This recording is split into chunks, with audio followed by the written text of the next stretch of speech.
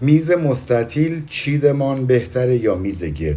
هر دو رو شما میتونید استفاده کنید، اما میز مستطیل برای اون دسته از تالاراییه که ساخته شده فضاشون کمه و میخوان مهمانهای بیشتری رو جای بدن، اونجا میز مستطیل استفاده میکنن. اما بدونید میز مستطیل دیزاین و دکور خوبی رو نخواهد داد. میز گرد معمولاً هم دیزاین بهتری داره و هم دکور کمتری و اما ظرفیت میز مستطیل حدود 20% اضافه میشه نسبت به میز گرد. گرچه ما یه روشی هم داریم که بخوان هم از میز گرد استفاده کنن و هم از میز مستطیل، یعنی کناره های دیوار رو میتونن به طور کامل میز مستطیل بچینن که تو چشم نیست و وسط تالارشون رو میتونن میز گرد استفاده کنن. اما میز گرد یه چیز دیگه است و یه دیزاین و دکور دیگه ای داره.